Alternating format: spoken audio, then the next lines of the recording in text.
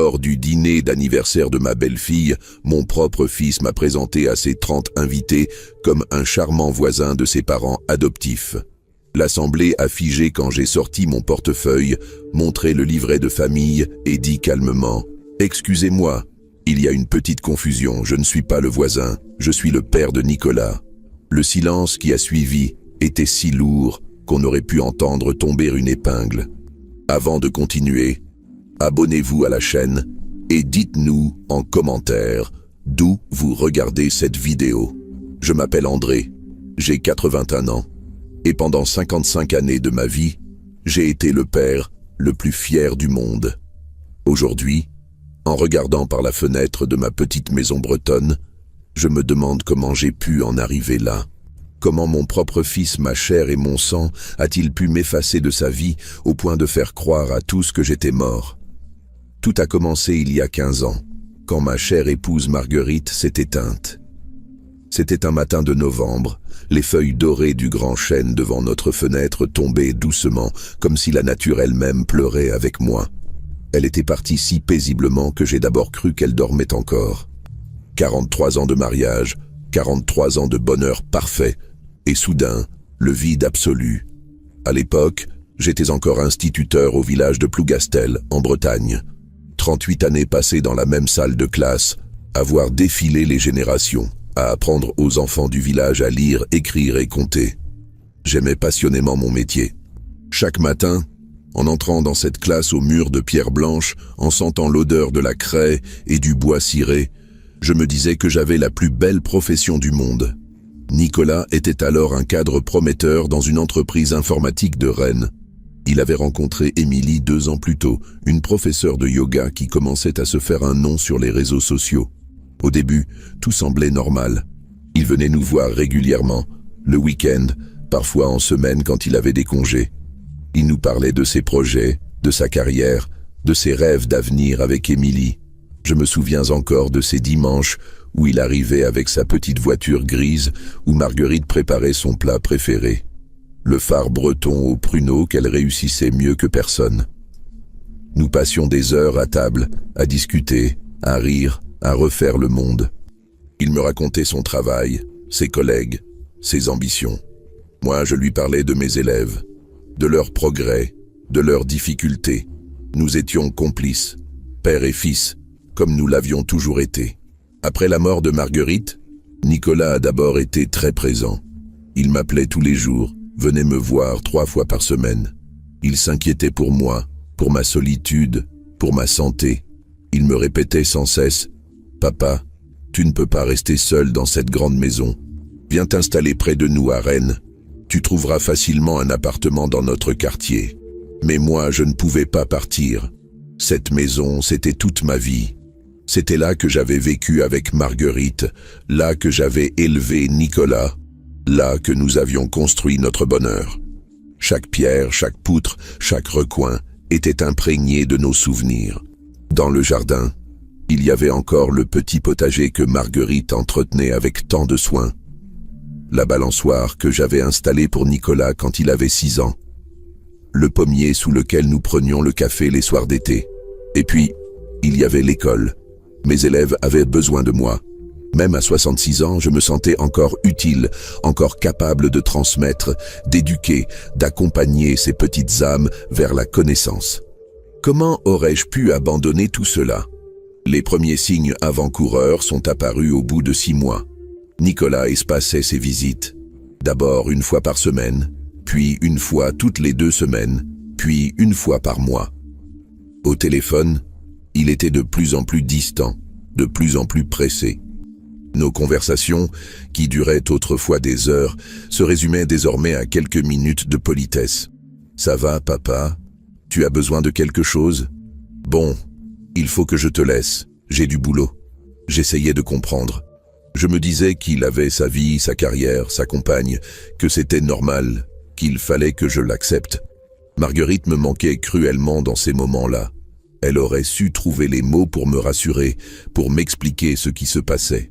Elle aurait peut-être même appelé Nicolas pour lui dire ses 4 vérités. Mais moi, j'étais seul face à cette incompréhension grandissante.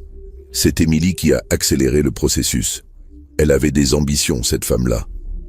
Elle rêvait de grimper dans l'échelle sociale, de fréquenter les bonnes personnes, comme elle disait. Pour elle, un beau-père instituteur dans un village perdu de Bretagne, ce n'était pas très glamour.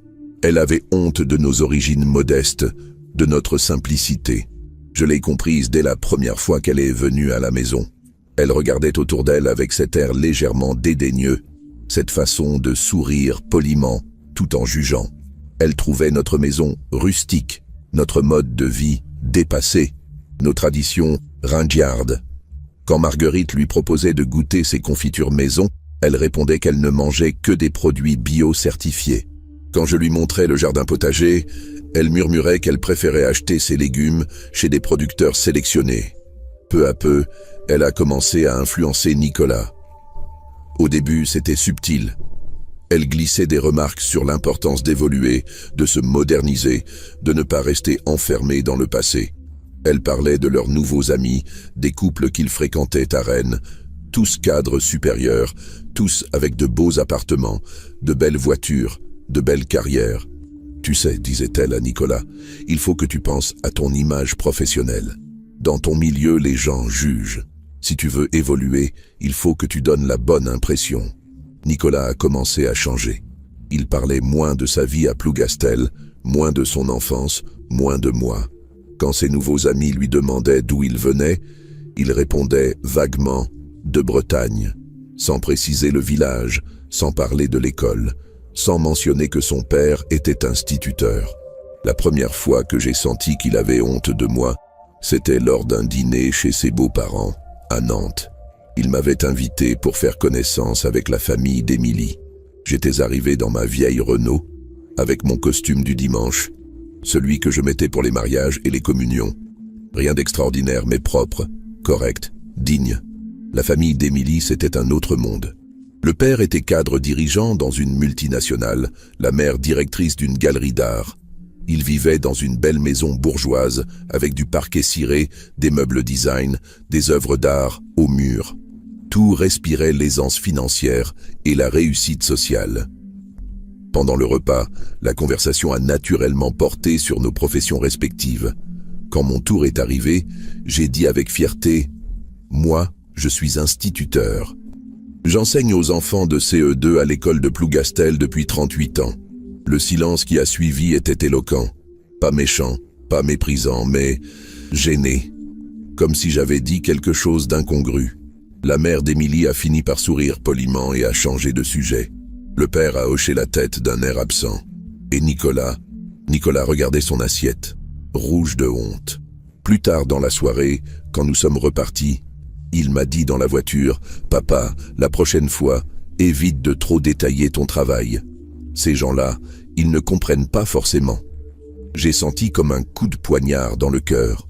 Mon propre fils, celui que j'avais élevé dans l'amour de l'école et de l'enseignement, celui qui me disait enfant qu'il voulait devenir instituteur comme moi, avait honte de mon métier. Les choses se sont dégradées très vite après cela. Nicolas venait de moins en moins. Nos conversations téléphoniques se faisaient rares et courtes. Quand je l'appelais, il était toujours pressé, toujours en réunion, toujours en déplacement. Quand j'évoquais la possibilité de venir le voir à Rennes, il trouvait toujours une excuse. Trop de travail, appartement en travaux, week-end déjà pris. L'été de mes 68 ans, j'ai pris ma retraite. 38 années d'enseignement se terminaient. C'était un moment important pour moi, une étape majeure de ma vie. J'espérais que Nicolas viendrait pour la petite cérémonie d'adieu que l'école organisait en mon honneur. J'avais préparé un petit discours, j'avais invité mes anciens collègues, quelques parents d'élèves. J'étais fier de ce moment, fier de ce que j'avais accompli. Nicolas n'est pas venu. Il a prétexté un déplacement professionnel urgent, impossible à reporter. Il m'a envoyé un petit message le matin même. « Désolé papa, je ne peux vraiment pas venir. Bonne retraite, je penserai à toi. » J'ai lu ce message debout dans ma cuisine en buvant mon café matinal. J'ai senti les larmes monter, mais je les ai retenues. À 68 ans, un homme ne pleure pas pour si peu. Mais ce jour-là, en serrant la main de mes collègues, en recevant les remerciements des parents, en embrassant mes derniers élèves, j'ai eu le cœur gros. Mon fils n'était pas là pour partager ce moment avec moi. C'est à partir de cette époque que les mensonges ont commencé. Oh, au début, c'était de petits mensonges, presque anodins. Quand ses nouveaux amis lui demandaient des nouvelles de sa famille, il répondait que ses parents étaient âgés, en mauvaise santé, pas très sociables. Il laissait entendre qu'il était plus ou moins orphelin, que nous étions devenus étrangers l'un à l'autre. Puis les mensonges se sont amplifiés. Il a commencé à raconter que j'étais malade, que je perdais la mémoire, que je ne le reconnaissais plus. Il disait à ses amis qu'il était très éprouvé par la situation, qu'il ne savait plus comment gérer un père sénile. La vérité, c'est que j'étais en parfaite santé. À 70 ans passés, je jardinais encore, je lisais encore, je recevais encore les enfants du village qui venaient me demander de l'aide pour leurs devoirs. Ma mémoire était intacte, peut-être même meilleure que celle de bien des gens plus jeunes. Mais Nicolas préférait cette version-là. C'était plus facile de faire pleurer dans les chaumières avec un père gâteux qu'avec un père en pleine forme qui réclamait juste un peu d'attention. Le mensonge ultime est arrivé il y a 5 ans. Un jour, ma petite fille Camille, la fille de Nicolas, alors âgée de 18 ans, m'a appelé en pleurant. « Grand-papa, il faut que je te dise quelque chose. »« Papa a dit à tout le monde que tu es mort. » J'ai cru que j'avais mal entendu, je lui ai demandé de répéter. Il raconte que tu es mort dans un accident de tracteur quand il avait 10 ans. Il dit qu'il a été élevé par des familles d'accueil, qu'il ne connaît pas ses origines, qu'il est orphelin. Le monde s'est écroulé autour de moi. Mon propre fils me tuait, métaphoriquement. Pour lui, j'étais devenu un poids, un obstacle, une gêne dans sa nouvelle vie. Alors il m'avait tout simplement effacé, rayé de son existence, gommé de son histoire. Camille m'a expliqué qu'elle l'avait découvert par hasard lors d'un dîner chez des amis de ses parents. Nicolas racontait son histoire tragique d'orphelin.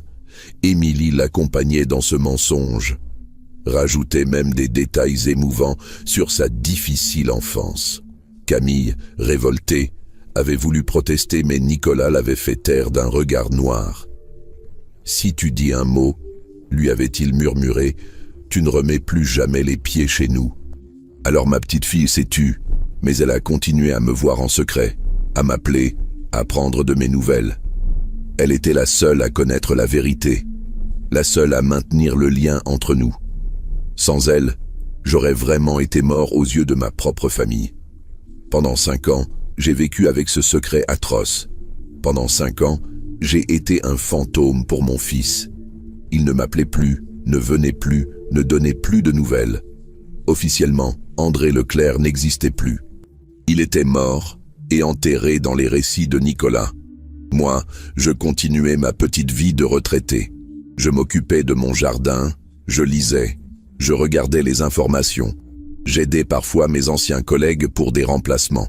Je vivais de ma modeste retraite d'instituteur, 980 € par mois, dans ma petite maison héritée de mes parents. Rien d'extraordinaire, mais suffisant pour un vieil homme seul. Le plus dur, c'était la solitude. Pas la solitude physique, j'avais mes voisins, mes anciens collègues, quelques amis, mais cette solitude morale, cette sensation d'avoir été abandonné par celui qui comptait le plus au monde pour moi, cette douleur sourde, permanente, de savoir que mon fils préférait me voir mort plutôt que vivant. J'ai écrit beaucoup de lettres pendant cette période, des lettres que je n'ai jamais envoyées. Des lettres où je disais à Nicolas tout ce que j'avais sur le cœur, tout ce que je n'arrivais pas à lui dire en face. Je les gardais dans une boîte à chaussures, avec tous nos souvenirs, les photos de son enfance, ses bulletins scolaires, ses premiers dessins, les cartes qu'il m'envoyait en vacances. Cette boîte à chaussures, c'était devenu mon trésor le plus précieux. La preuve que j'avais existé en tant que père, que j'avais aimé et éduqué cet enfant, que nous avions vécu de beaux moments ensemble. Dans mes moments de doute, quand la solitude devenait trop lourde, j'ouvrais cette boîte et je me replongeais dans ces souvenirs heureux. Il y avait la photo de Nicolas à 6 ans, le jour de sa première rentrée des classes. Il portait un cartable trop grand pour lui, un sourire édenté, Il venait de perdre ses dents de lait, des chaussures neuves qui grinçaient quand il marchait. Marguerite et moi l'avions accompagné jusqu'à la grille de l'école. Il était à la fois excité et inquiet, serrant ma main très fort. Il y avait aussi cette lettre qu'il m'avait écrite à 12 ans, pour la fête des pères. Une lettre touchante, maladroite, pleine de fautes d'orthographe mais débordante d'amour. « Cher papa, quand je serai grand, je serai insti comme toi. Je veux apprendre aux enfants comme tu m'as appris. Tu es le plus gentil papa du monde. Je t'aime très fort, ton fils Nicolas. » Et puis cette carte postale envoyée depuis Londres lors de son premier voyage à l'étranger, à 18 ans. « Merci papa de m'avoir tout appris. Grâce à toi, je me débrouille bien avec mon anglais. Tu me manques. Je reviens vite. Gros bisous. Nicolas. » Chaque document, chaque photo, chaque petit mot était une preuve d'amour, un témoignage de notre complicité passée. Comment avions-nous pu en arriver là ? Comment ce petit garçon qui voulait devenir instituteur comme son papa était-il devenu cet homme qui avait honte de ses origines ? Le temps passait, et je vieillis seul dans ma maison bretonne. Je regardais les saisons défiler par la fenêtre, je voyais les enfants du village grandir et partir faire leurs études ailleurs. Parfois, d'anciens élèves venaient me rendre visite. Ils étaient devenus adultes, avaient fondé leur famille, exercé leur métier. Ils me remerciaient pour ce que je leur avais appris, me racontaient leurs réussites. Ces moments-là me réchauffèrent le cœur et me rappelaient pourquoi j'avais choisi ce métier. Mais la nuit, dans le silence de ma chambre, la douleur revenait. L'absence de Nicolas me pesait comme une chape de plomb. Je pensais à lui en permanence. Je me demandais ce qu'il devenait, s'il était heureux, s'il pensait parfois à moi. Je priais pour qu'un jour, il revienne frapper à ma porte, qu'il me demande pardon, que nous puissions retrouver notre complicité d'antan. Camille était mon seul lien avec cette famille que j'avais perdue. Elle m'appelait en cachette, me donnait des nouvelles, me montrait parfois des photos sur son téléphone. Elle était devenue une jeune femme magnifique, intelligente, sensible. Elle étudiait l'histoire à l'université de Rennes et parlait souvent de venir me voir officiellement, de briser ce mur de silence que ses parents avaient construit. « Grand-papa, » me disait-elle, « un jour je leur dirai leurs 4 vérités. Ce qu'ils font, c'est ignoble. Tu ne mérites pas ça. » Mais moi, je lui demandais toujours de patienter. Je ne voulais pas qu'elle se brouille avec ses parents à cause de moi. Elle avait sa vie à construire, ses études à finir, son avenir à préparer. Je ne voulais pas être la cause d'un conflit familial. Et puis, il y a 2 mois, tout a basculé. Camille m'a annoncé qu'Émilie organisait un grand dîner pour ses 50 ans, qu'elle avait invité une 30aine d'amis. Tout le gratin renaît. Elle m'a dit qu'elle en avait assez de ce mensonge, qu'elle voulait que je sois présent. « Grand-papa », m'a-t-elle dit, « j'ai 23 ans maintenant. Je suis assez grande pour choisir ma famille. Et toi, tu en fais partie, que papa le veuille ou non. » Elle avait tout organisé dans le plus grand secret. Elle avait dit à ses parents qu'elle invitait quelqu'un d'important pour elle. Un ami très cher qu'elle tenait à présenter. Nicolas et Émilie, sûrs d'eux, sûrs de leur mensonge, avaient accepté sans se méfier. Le jour J est arrivé. C'était un samedi soir de septembre. Il faisait encore doux malgré l'automne qui approchait. J'avais mis mon plus beau costume, celui des grandes occasions. J'avais pris ma voiture, ma vieille Renault qui avait plus de 20 ans mais qui roulait encore parfaitement, et j'avais fait le trajet jusqu'à Rennes. L'appartement de Nicolas et Émilie se trouvait dans un quartier chic, dans un immeuble moderne avec digicode et ascenseur. En montant les étages, je sentais mon cœur battre de plus en plus fort. J'allais revoir mon fils après 5 ans de silence. Comment allait-il réagir? Qu'allait-il dire à ses invités? Allait-il me jeter dehors? Camille m'a ouvert la porte avec un sourire complice. Elle était rayonnante dans sa petite robe noire, les cheveux relevés en chignon. Elle m'a embrassé tendrement et a murmuré « Bonsoir, grand-papa. Je suis si heureuse que tu sois là. » Puis elle m'a pris par le bras et m'a guidé vers le salon. C'était un grand appartement bourgeois, décoré avec goût, plein de meubles design et d'objets d'art. Une trentaine de personnes étaient déjà arrivées, tous élégamment vêtus, tous parlant par petits groupes en sirotant du champagne. Au centre du salon, j'ai aperçu Nicolas. Il avait vieilli, bien sûr.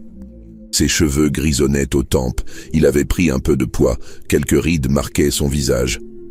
Mais c'était bien lui, mon fils, celui que j'avais porté dans mes bras, celui que j'avais accompagné à l'école, celui que j'avais vu grandir et devenir un homme. À côté de lui, Émilie paradait dans une robe rouge qui avait dû coûter une fortune. Elle riait un peu fort, parlait avec de grands gestes, manifestement très fière de recevoir tout ce beau monde dans son salon. Camille m'a fait traverser la pièce. Quelques personnes nous ont regardés avec curiosité, se demandant sans doute qui était ce vieil homme au bras de la jeune fille. Nous nous sommes approchés du groupe où se tenaient Nicolas et Émilie. « Maman, papa », a dit Camille d'une voix claire. « Je voudrais vous présenter quelqu'un de très important pour moi. » Nicolas et Émilie se sont retournés. Quand Nicolas m'a vu, son visage s'est figé. Toute couleur a quitté ses joues. Ses yeux se sont agrandis d'effroi. Pendant quelques secondes, qui m'ont paru une éternité, nous nous sommes regardés en silence. Puis, Nicolas a retrouvé ses esprits. Il a jeté un regard affolé vers ses invités qui commençaient à observer la scène avec intérêt. Il a esquissé un sourire crispé et a dit d'une voix qui se voulait désinvolte « Ah, Camille nous présente André, un charmant voisin de mes parents adoptifs de Bretagne. » Le monde s'est arrêté autour de moi. 30 pères dieux étaient de fixés sur nous.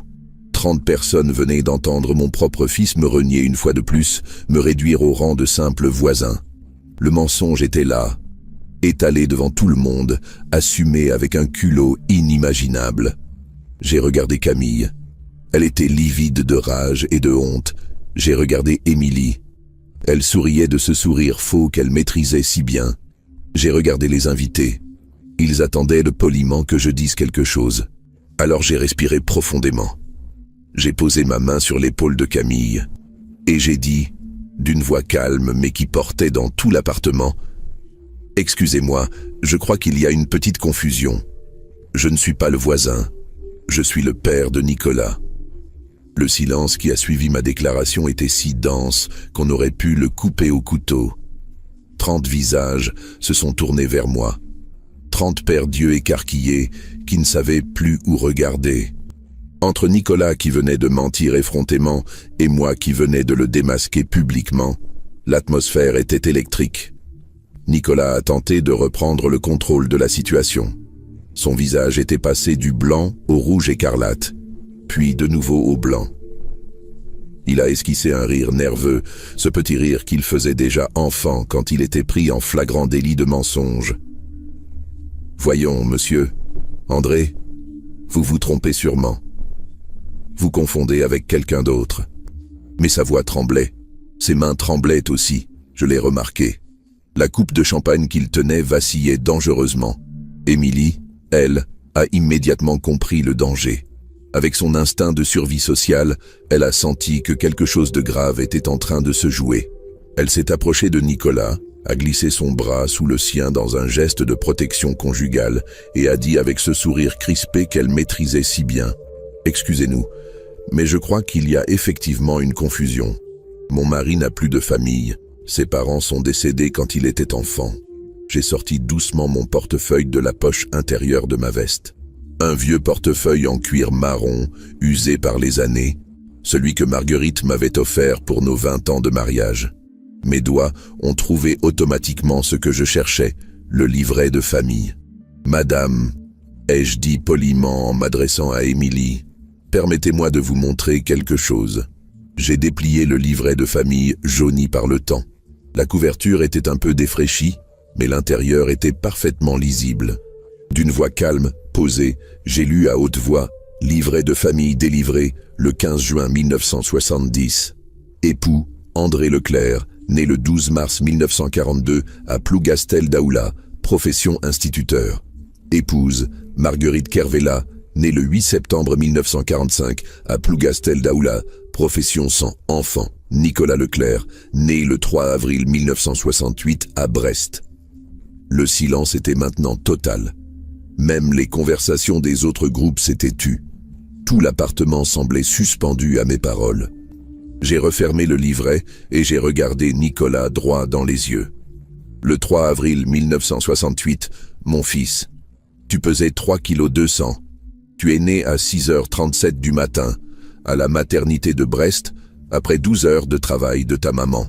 Ta première phrase a été « Papa, école » parce que tu voulais venir avec moi à l'école.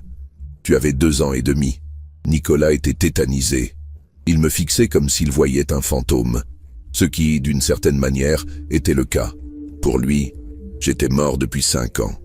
Et voilà que le mort revenait soudain à la vie, avec des preuves irréfutables. Une dame élégante, la cinquantaine, cheveux blonds impeccablement coiffés, s'est approchée de nous. Elle semblait être l'une des amies proches d'Émilie. « Excusez-moi », a-t-elle dit avec curiosité, « mais je ne comprends pas. » « Nicolas, tu nous as toujours dit que tes parents étaient morts dans un accident quand tu étais petit.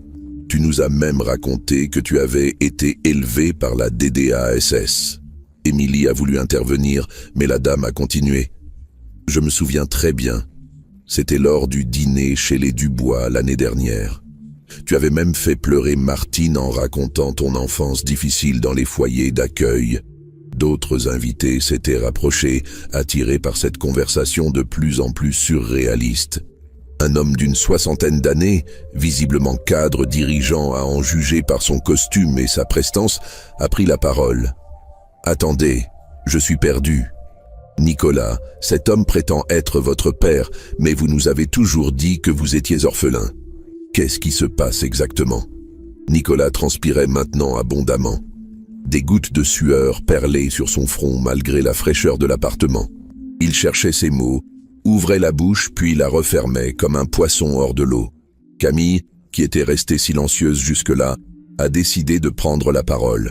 Ma petite fille, cette jeune femme courageuse de 23 ans, a regardé son père avec un mélange de colère et de déception. « Papa, ça suffit maintenant, grand-papa a raison.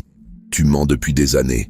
Tu as inventé cette histoire d'orphelin pour faire l'intéressant, pour qu'on te plaigne, pour te donner une image romantique d'homme qui a surmonté l'adversité. » La voix de Camille tremblait d'émotion.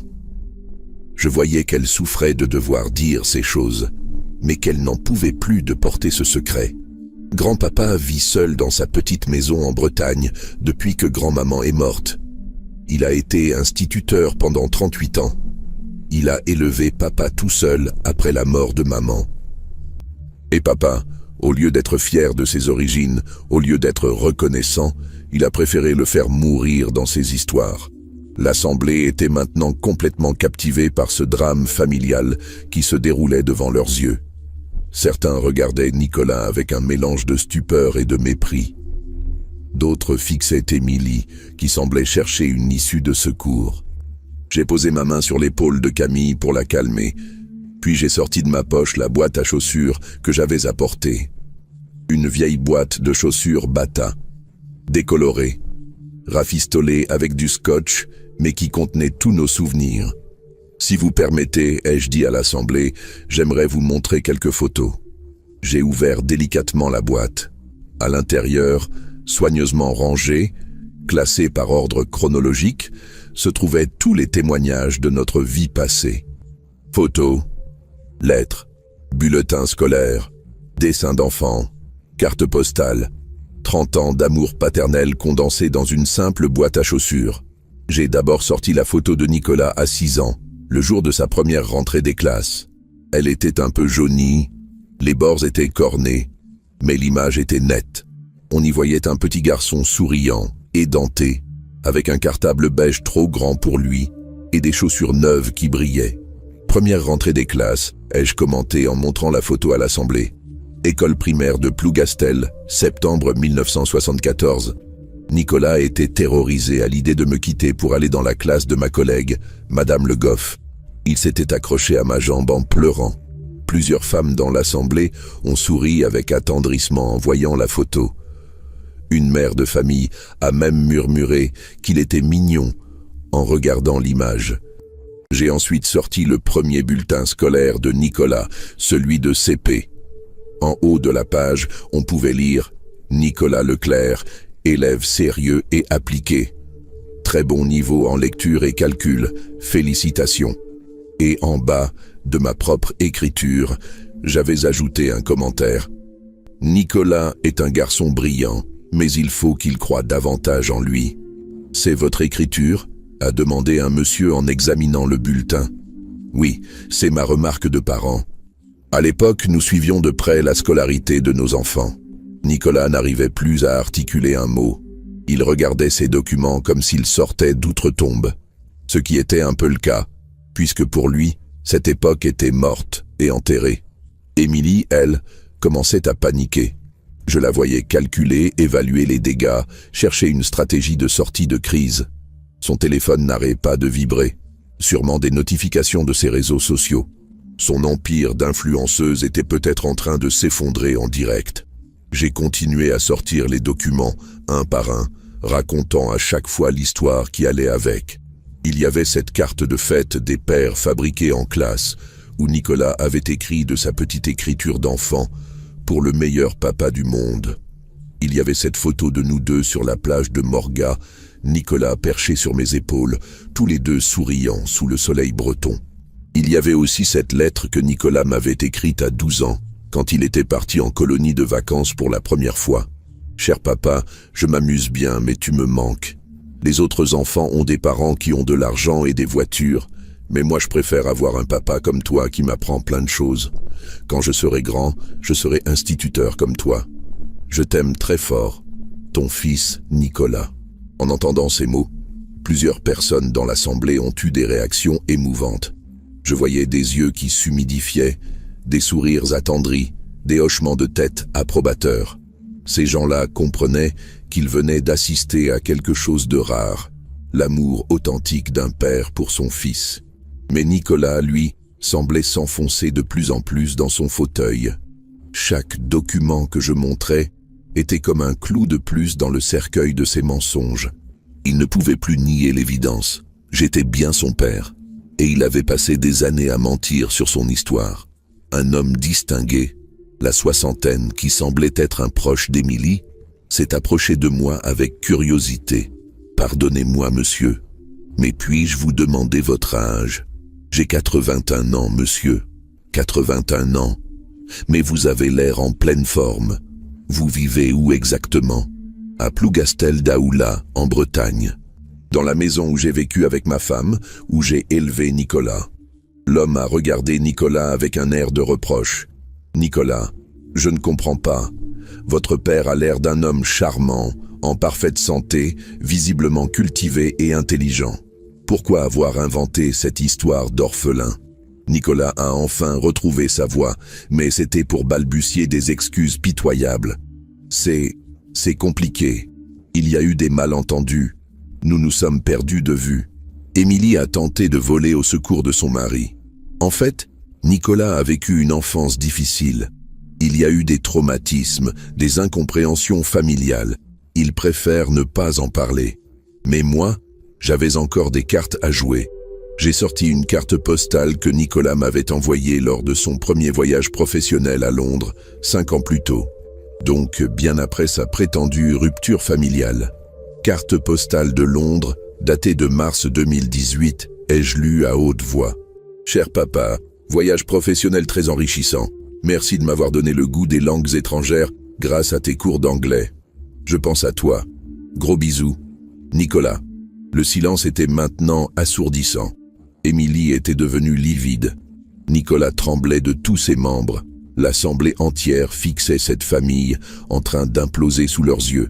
Une femme élégante, probablement une des clientes d'Émilie pour ses cours de yoga, s'est avancée vers nous. « Émilie, je ne comprends pas.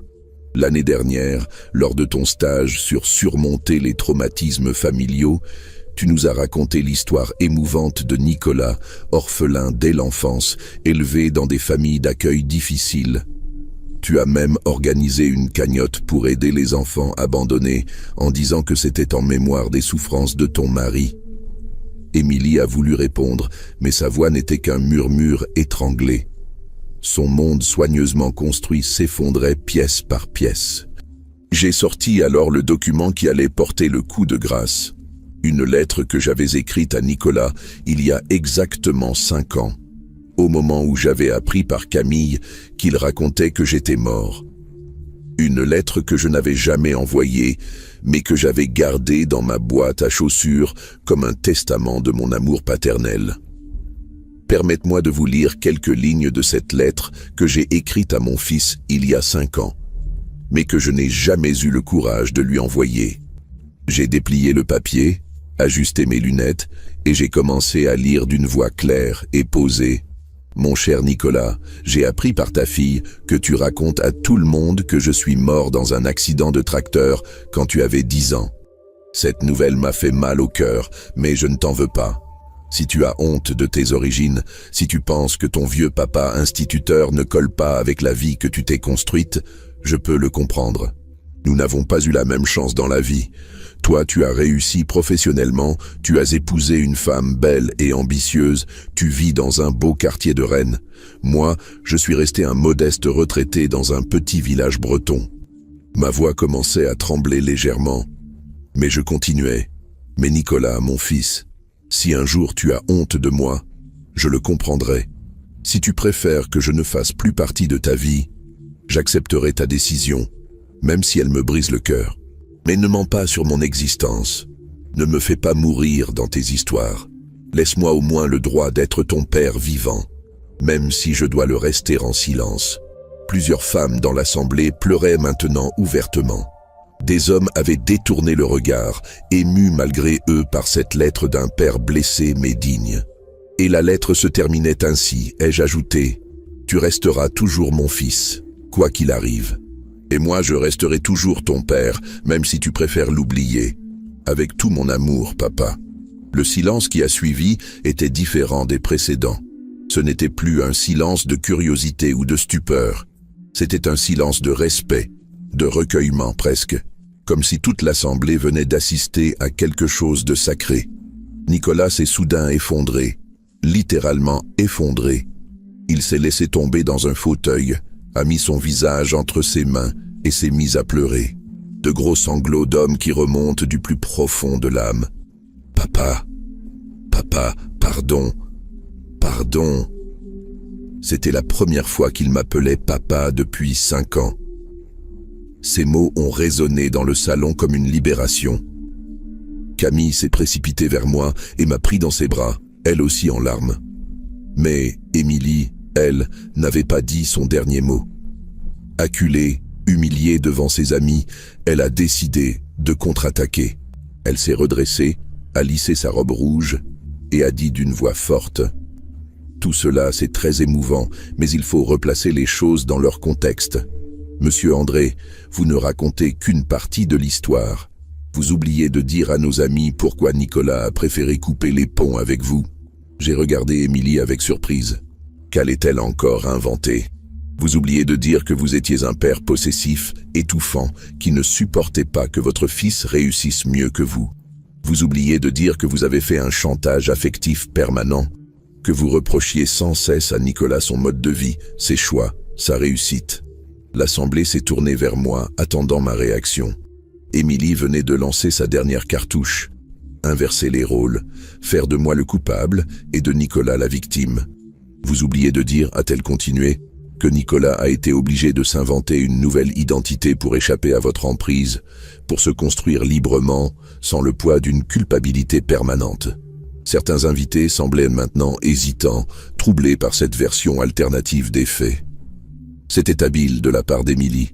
Elle tentait de retourner la situation en jouant sur la fibre psychologique, mais moi, j'avais encore un atout dans ma manche. Un atout que même Camille ne connaissait pas, parce que je ne l'avais jamais dit à personne. Un secret que j'avais gardé pendant 15 ans, depuis la mort de Marguerite.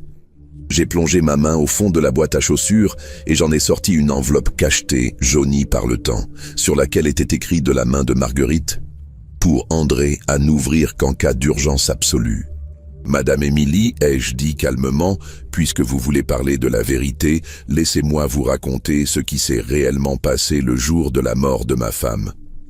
L'enveloppe tremblait légèrement entre mes mains. 15 ans qu'elle reposait dans cette boîte à chaussures, 15 ans que je résistais à la tentation de l'ouvrir. Marguerite avait été très claire. Seulement en cas d'urgence absolue. Et si ce moment n'était pas une urgence absolue, alors je ne savais pas ce qui pouvait l'être. Toute l'assemblée était suspendue à mes gestes. Émilie avait perdu son assurance arrogante et me fixait avec une inquiétude grandissante. Nicolas, toujours effondré dans son fauteuil, relevait lentement la tête, intrigué malgré sa détresse. J'ai décacheté l'enveloppe avec précaution. À l'intérieur, il y avait une lettre pliée en 4, toujours de l'écriture de Marguerite, et quelque chose d'autre que je n'attendais pas. Une petite clé dorée et une photo que je n'avais jamais vue. Le 15 novembre 2008, ai-je commencé d'une voix posée. Ma femme Marguerite s'est éteinte dans son sommeil. Nous étions mariés depuis 43 ans. Ce matin-là, en découvrant qu'elle ne se réveillerait plus, j'ai trouvé cette enveloppe sur sa table de nuit avec une note pour André, le jour où notre fils aura besoin de comprendre. J'ai déplié la lettre avec des gestes lents, conscient que tous les yeux étaient rivés sur moi.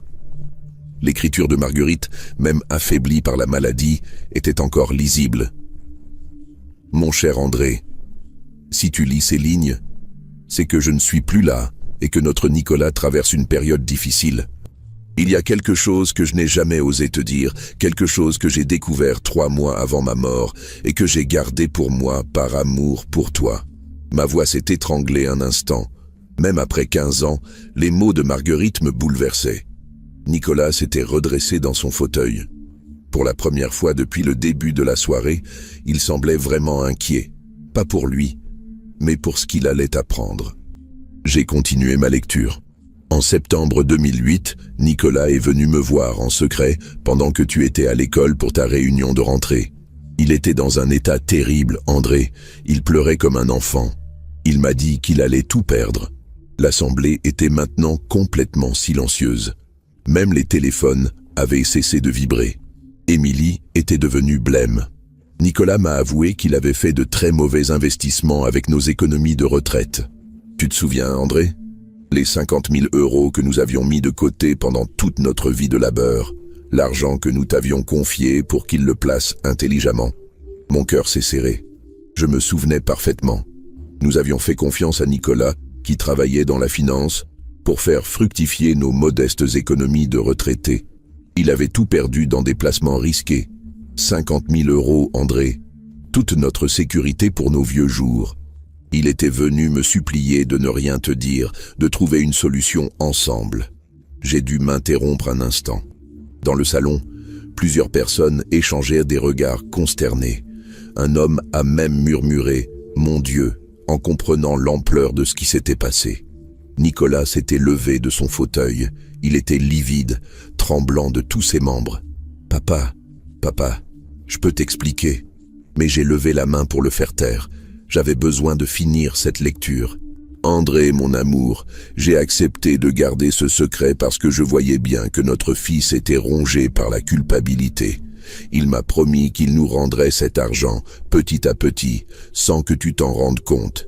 Il m'a dit qu'il ne pouvait pas supporter l'idée de te décevoir, que tu avais déjà tant sacrifié pour lui. La voix me manquait, mais je devais continuer. Cette assemblée, Nicolas, Émilie, Camille, tous avaient le droit de connaître la vérité. Pendant mes 3 derniers mois de vie, Nicolas venait me voir tous les mercredis en secret. Il m'apportait de l'argent qu'il avait économisé sur son salaire, qu'il avait emprunté à ses amis, qu'il avait récupéré en vendant sa voiture, ses meubles, ses affaires personnelles. Il se privait de tout pour nous rembourser. J'ai regardé Nicolas. Il pleurait maintenant sans retenue, de ces larmes d'homme qui coulent sans qu'on puisse les arrêter. Le jour de ma mort, André, il m'avait remboursé 43 000 € sur les 50 000. Il ne lui en restait plus que 7 000 à rendre. Il était épuisé, André. Physiquement, moralement, financièrement épuisé. Mais il n'avait pas renoncé. La révélation me frappait comme un coup de massue. Pendant que je reprochais à Nicolas de s'éloigner de nous, il se tuait littéralement pour réparer sa faute en secret. André, Si notre fils s'éloigne de toi après ma mort, ce ne sera pas par manque d'amour, ce sera par honte. Par cette honte terrible d'avoir déçu le père qu'il admirait par-dessus tout. Ne le laisse pas se détruire avec ce secret. J'ai montré la petite clé dorée qui accompagnait la lettre. Cette clé, André, ouvre le petit coffre que j'ai caché dans le grenier, derrière les cartons de Noël. Tu y trouveras les 43 000 € que Nicolas m'avait rendus, plus les 7 000 que j'avais mis de côté de mon vivant pour compléter la somme. Notre argent est intact, mon amour. Notre fils n'est pas un voleur. C'est juste un homme qui a eu peur de décevoir son père. Le silence dans le salon était religieux. Émilie regardait son mari avec une expression que je n'arrivais pas à déchiffrer. Les invités, eux, commençaient à comprendre l'ampleur du drame familial qui se jouait devant leurs yeux. J'ai regardé la photo qui accompagnait la lettre. C'était un cliché pris en secret par Marguerite, montrant Nicolas dans notre cuisine. Les yeux rougis par les larmes, comptant des billets sur la table avec des mains tremblantes. « Nicolas » ai-je dit en m'avançant vers mon fils. « Pourquoi ne m'as-tu rien dit ?» Il a levé vers moi des yeux noyés de larmes. « Parce que tu étais mon héros, papa. Tu avais travaillé si dur toute ta vie, tu nous avais tout donné, maman et moi. Et moi, par cupidité, par orgueil, j'avais ruiné tout ça. Comment est-ce que je pouvais te regarder dans les yeux et te dire que j'avais perdu tes économies ?» Sa voix s'est brisée. Après la mort de maman, j'ai eu l'impression que c'était de ma faute, que le stress de cette histoire l'avait tué. Je ne pouvais plus te voir sans penser à ce que j'avais fait. Alors j'ai préféré m'éloigner, mentir, inventer cette histoire d'orphelin, plutôt que d'affronter ta déception. J'ai posé mes mains sur ses épaules. Mon fils de 55 ans était redevenu le petit garçon de 6 ans qui avait peur de me décevoir. « Nicolas, tu es idiot. Tu crois vraiment que de l'argent compte plus que toi ? Tu crois que j'aurais préféré garder 50 000 € plutôt que de garder mon fils ?» Il a éclaté en sanglots et s'est effondré dans mes bras. 55 ans, cadre supérieur, père de famille, et il pleurait comme un enfant contre l'épaule de son vieux papa. « Pardon, papa, pardon. » Camille nous a rejoints et nous a enlacés tous les deux. 3 générations réunies dans une étreinte qui réparait 15 ans de malentendus et de souffrances. Mais Émilie, elle, assistait à cette scène avec une expression de plus en plus paniquée. Elle venait de réaliser que toute sa stratégie s'effondrait. Plus encore, elle venait de comprendre que son mari n'était pas l'homme qu'elle croyait connaître. « Attendez » a-t-elle dit d'une voix stridente, « vous ne pouvez pas tout effacer comme ça. Nicolas a menti pendant des années. Il a inventé toute cette histoire. Il m'a menti à moi aussi. » Je me suis détaché de Nicolas et j'ai regardé Émilie calmement. « Madame, votre mari a effectivement menti. Mais dites-moi, qu'est-ce qui a poussé Nicolas à mentir? L'amour de la vérité ou la peur du regard des autres? Et surtout, qui lui a donné l'idée de faire de moi un mort plutôt qu'un père vivant? » Émilie a reculé d'un pas. Elle venait de comprendre que je savais, que j'avais toujours su. C'est vous, madame, qui avez convaincu Nicolas que ses origines modestes étaient un handicap dans son ascension sociale. C'est vous qui lui avez fait comprendre qu'un père instituteur dans un village breton, ça ne collait pas avec l'image qu'il devait se donner. L'assemblée s'est tournée vers Émilie avec des regards de plus en plus hostiles. Plusieurs femmes la fixaient avec un mépris non dissimulé. C'est vous qui avez transformé la honte financière de Nicolas en honte sociale. C'est vous qui avez préféré exploiter ses remords pour construire votre propre légende romantique d'épouse d'orphelin. Émilie a tenté de protester, mais sa voix n'était plus qu'un murmure. « Ce n'est pas... je n'ai jamais... » « Madame, l'ai-je interrompu, j'ai 81 ans. J'ai passé ma vie à observer les gens, à comprendre leurs motivations, leurs peurs, leurs mensonges. Vous avez pris un homme fragile, rongé par la culpabilité, et vous l'avez transformé en instrument de votre propre ambition sociale. » Le téléphone d'Émilie n'arrêtait pas de vibrer. Je voyais bien qu'elle jetait des coups d'œil inquiets à l'écran. Probablement des messages de ses abonnés, de ses partenaires, qui commençaient à réagir à cette soirée qui tournait au cauchemar. Un homme distingué, que j'avais identifié comme un cadre dirigeant, s'est approché de Nicolas. « Nicolas, je suis désolé, mais je dois vous dire quelque chose. Cette histoire, elle change tout. Non seulement sur votre histoire personnelle, mais sur votre intégrité professionnelle. Comment peut-on faire confiance à quelqu'un qui ment sur sa propre identité ?» D'autres invités approuvaient d'un hochement de tête. La sanction sociale était immédiate et impitoyable. Une femme élégante, que j'avais vue prendre des notes discrètement pendant toute la soirée, s'est approchée d'Émilie. « Émilie, je suis journaliste pour le magazine Bretagne Actualité. Cette histoire va faire la une demain matin. L'influenceuse qui a fait mourir son beau-père pour ses réseaux sociaux. Comment comptez-vous gérer cette crise ?» Émilie a blêmi. Son monde soigneusement construit était en train de s'effondrer en temps réel, devant témoins, avec des preuves irréfutables. Mais moi, je n'en avais pas terminé. J'avais encore une dernière chose à dire, la plus importante. « Mesdames et messieurs, ai-je déclaré en m'adressant à toute l'assemblée, je ne suis pas venu ici ce soir pour me venger. Je ne suis pas venu pour humilier mon fils ou sa femme. Je suis venu parce qu'à 81 ans, j'ai compris qu'il y a des mensonges qu'on ne peut plus laisser vivre. J'ai pris la main de Camille. Ma petite fille m'a offert ce soir le plus beau cadeau qu'un grand-père puisse recevoir. La possibilité de dire la vérité. Et cette vérité, la voici. Nicolas est mon fils. Il a fait des erreurs, il a eu peur, il a menti. Mais il reste mon fils. Et moi, je reste son père. J'ai regardé Nicolas droit dans les yeux. Mon fils, tu as cru que l'argent comptait plus que l'amour. Tu as cru que ta réussite sociale était plus importante que nos liens familiaux. Tu t'es trompé. Mais il n'est jamais trop tard pour réparer. Nicolas a hoché la tête, incapable de parler. Maintenant, vous avez tous été témoins de cette histoire. À vous de juger qui mérite votre confiance, votre respect, votre amitié. L'effet a été immédiat.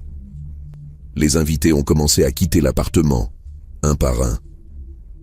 Certains serraient ma main au passage en murmurant des « merci, monsieur » ou « courage ». D'autres évitaient le regard d'Émilie et Nicolas. En moins d'une heure, l'appartement s'était vidé. Il ne restait plus que nous quatre, Nicolas, Émilie, Camille et moi. Émilie a tenté une dernière manœuvre. « André, nous pouvons sûrement trouver un arrangement. Cette histoire ne doit pas sortir d'ici. Nous sommes une famille, après tout. » J'ai souri tristement. « Madame, cette histoire est déjà sortie d'ici. Elle était dans le cœur de ma petite fille depuis 5 ans. Elle était dans mes lettres, jamais envoyées. Elle était dans les larmes de Nicolas. Les secrets finissent toujours par ressortir. Le lendemain matin, comme prévu, l'histoire faisait les gros titres de la presse locale bretonne. Le père qu'on croyait mort ressuscite lors d'un dîner mondain. L'article racontait notre histoire avec bienveillance, présentant Nicolas comme une victime des pressions sociales plutôt que comme un simple menteur. Émilie, elle, a vu son empire s'effondrer en quelques heures. Ses partenaires ont annulé leur contrat, ses élèves ont déserté ses cours, ses abonnés se sont désabonnés massivement. En 3 jours, elle était passée de 50 000 followers à 3 000, tous des curieux attirés par le scandale. Nicolas a démissionné de son poste avant d'être licencié. Mais étonnamment, il semblait soulagé. Libéré du poids du mensonge, il a retrouvé une sérénité qu'il avait perdue depuis 15 ans. 2 semaines après cette soirée mémorable, Nicolas est venu me voir en Bretagne, seul. Émilie avait demandé le divorce et était retournée vivre chez ses parents à Nantes. Nous avons passé 3 jours ensemble, à parler, à nous promener sur les sentiers de notre enfance, à rattraper 15 années de silence. Il m'a avoué qu'il n'avait jamais été heureux dans cette vie qu'il s'était construite, qu'il avait passé des années à jouer un rôle qui n'était pas le sien. « Papa », m'a-t-il dit le dernier soir, « je voudrais revenir vivre ici, reprendre un travail simple, reconstruire ma vie sur des bases vraies. » J'ai posé ma main sur la sienne. « Mon fils, tu es chez toi ici. Tu l'as toujours été. » Aujourd'hui, 6 mois après cette soirée qui a changé nos vies, Nicolas travaille comme comptable dans une petite entreprise de Brest. Il a vendu l'appartement de Rennes, remboursé ses dettes et s'est installée dans une petite maison à 5 minutes de chez moi. Camille vient nous voir tous les week-ends. Elle a fini ses études d'histoire et prépare un mémoire sur la mémoire familiale dans la société moderne. Elle dit qu'elle veut comprendre pourquoi les gens ont si peur de leurs origines. Émilie, je n'en ai plus jamais entendu parler. Camille m'a dit qu'elle avait quitté la Bretagne et tentait de reconstruire sa carrière d'influenceuse dans le sud de la France. Mais les réseaux sociaux ont une mémoire longue et son histoire la suit partout. Quant à moi, je coule des jours paisibles dans ma petite maison bretonne.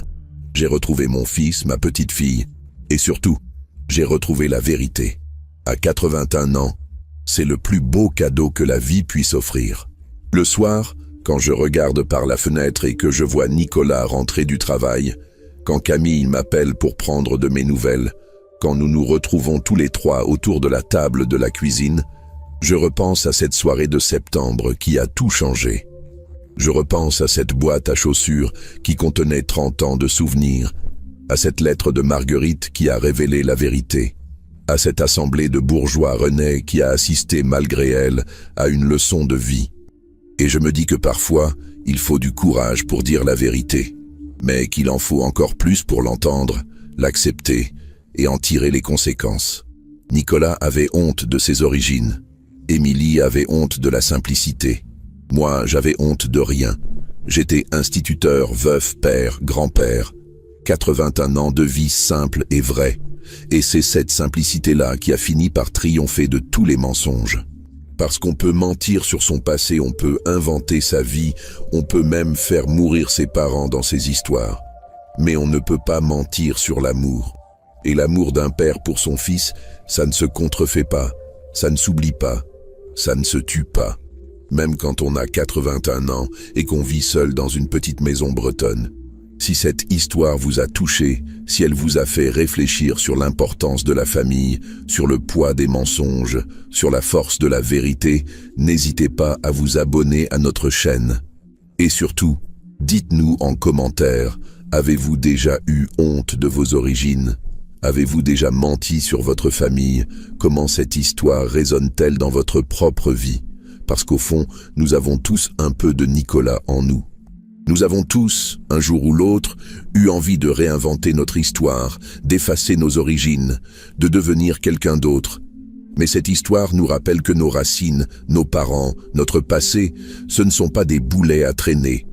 Ce sont des trésors à chérir, même quand ils ne brillent pas, même quand ils ne sont pas à la mode, même quand ils ne collent pas avec l'image qu'on veut donner. Merci de nous avoir suivis dans cette histoire vraie d'un père qui a refusé de mourir dans les mensonges de son fils. Prenez soin de vos familles, de vos parents, de votre vérité. Et n'oubliez jamais, on peut tout perdre dans la vie, sauf l'amour de ceux qui nous ont donné la vie. À bientôt pour une nouvelle histoire, mes amis.